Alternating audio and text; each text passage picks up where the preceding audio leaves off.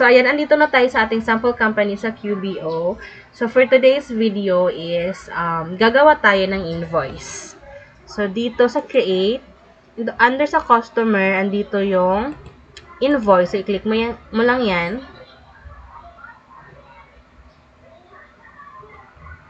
So, eto na ang blank invoice. So, mag-add tayo dito ng customer. For example, itong Cool Cars.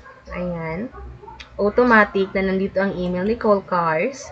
And then, the address ng ating supplier.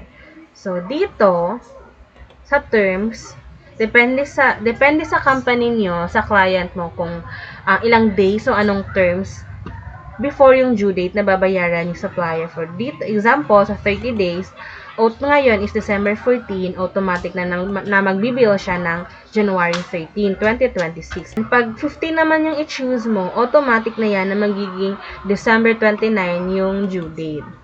So, ayan. Dito naman, kung ano yung product or services na ini-offer mo. For example, maintenance and repair. So, ayan, sa description natin, maintenance and repair. And, yung quantity, for example, 2 quantity. So, magkano ba yung rate? For example, is 200 rate. Ayan.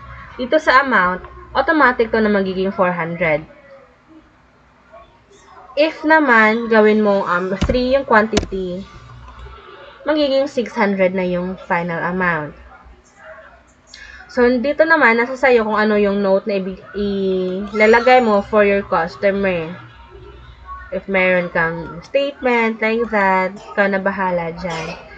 If curious ka, ano yung itsura pag ma-receive ni supplier yung invoice, i-check mo lang itong email view. So, eto, yung ma-receive ni supplier. Pag payer view naman sa'yo, and then the PDF view. Diba? Ganyan lang. After that, pag wala ka na nakalimutang i-input dyan, dito na tayo sa review and send.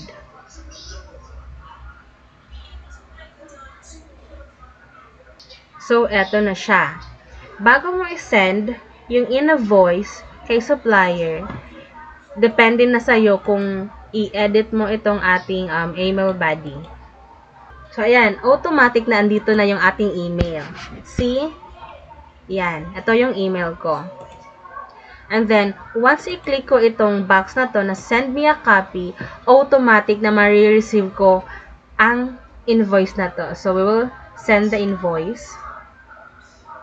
So, ayan guys, very easy. Kung gusto nyo pang malaman about features ng QBO, follow for more.